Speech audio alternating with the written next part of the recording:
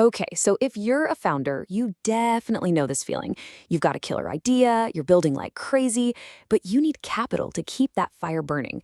And that brings you to this huge critical crossroads. Do you go for a traditional equity round?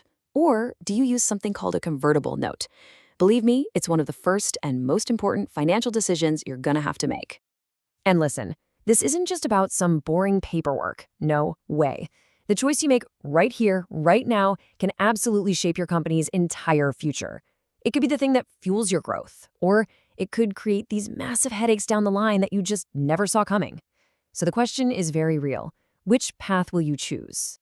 All right, so here's the game plan for breaking this all down. First up, we're going to hit the basics. What's the difference between shares now versus shares later? Then we'll dive into the price you pay today versus those tricky, hidden costs that can pop up tomorrow. We'll also get into a really important one. Who's actually driving the ship when it comes to control? And then we'll wrap it all up to help you figure out your own strategic path. Let's jump in.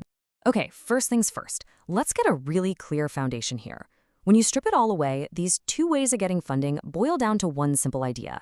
Are you giving up a piece of your company now, or are you just promising to do it later? So, an equity round. That's the classic approach. It's clean, it's pretty straightforward. You and your investors basically sit down and agree on a number. What's your company worth today? That's your valuation. They give you cash, and bam, in return they get a specific percentage of your company, right then and there. They are officially shareholders. Simple as that. Now, a convertible note, that's a different animal. You can think of it like a loan that converts into equity down the road. So investors give you the money now, but you kind of kick the can down the road on figuring out the company's valuation. The decision about how big a slice of the pie they get is delayed until your next big official funding round. Okay, so let's be real. You need cash, and you probably need it fast. So which one of these is cheaper and quicker right out of the gate? This right here is where the convertible note starts to look really, really good. Let's check out the immediate cost you're facing. Let's start with the sticker shock of a traditional equity round. It just requires a ton more legal heavy lifting, you know? We're talking term sheets, shareholder agreements, all the works. And all that back and forth and paperwork, it adds up. As you can see, legal fees can easily hit $10, $20, even $30,000. Ouch. And now, on the flip side, you can see exactly why convertible notes are so tempting. The legal fees are just a fraction of the cost, the documents are often standardized, they're way simpler, which means a lot less time arguing with lawyers. You can get the deal done and the money in the bank so much more cheaply. And you know, it's not just about the money, it's about your time. An equity round is this deliberate, sometimes painfully long process. Convertible notes, though, they are built for speed. And when you need to close a round and get back to actually building your company, that speed can feel like a superpower. So we've established it, right? Notes are faster and cheaper, upfront. But this is where our story takes a really important turn, because those initial savings can come with a delayed and sometimes much, much higher price tag later on. This is what you might call the hidden tax of speed. I mean, based on everything we've seen so far, you'd think the case is closed. The convertible note seems like a total no-brainer for any early-stage founder. It gets you the cash you need without all the cost and the mess of a full equity round. But hold on a second. And this gets to the absolute heart of the trade-off. This quote says it all. The real costs often come later. We're not talking about today's legal fees anymore. We're talking about complexity, about dilution, and about serious friction tomorrow.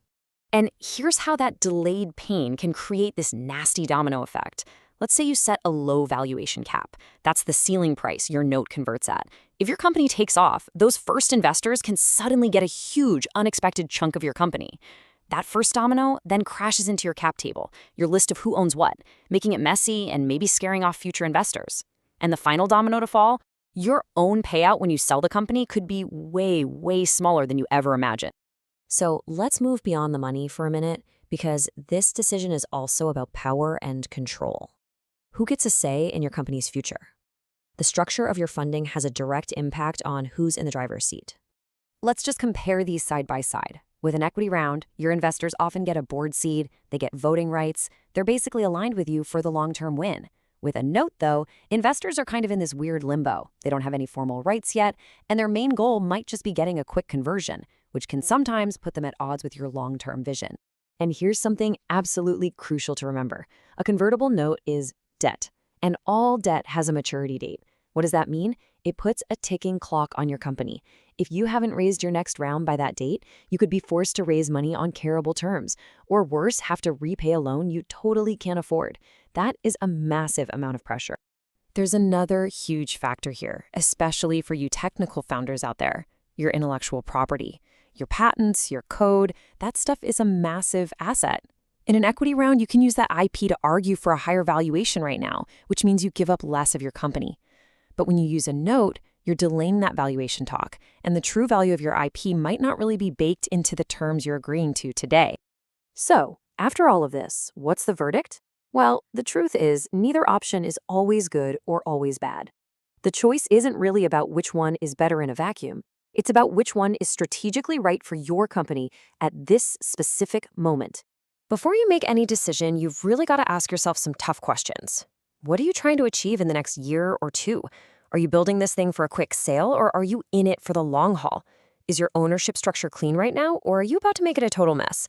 And maybe most importantly, have you protected the core asset that you're building? Your answers are going to point you down the right path. And ultimately, this is the one question I want to leave you with. Raising capital, that's not the goal. It's just a tool. Every single funding decision you make affects your ownership and your control. So ask yourself, are you just raising money, or are you building a future that you still own? The answer to that question will define your entire journey as a founder.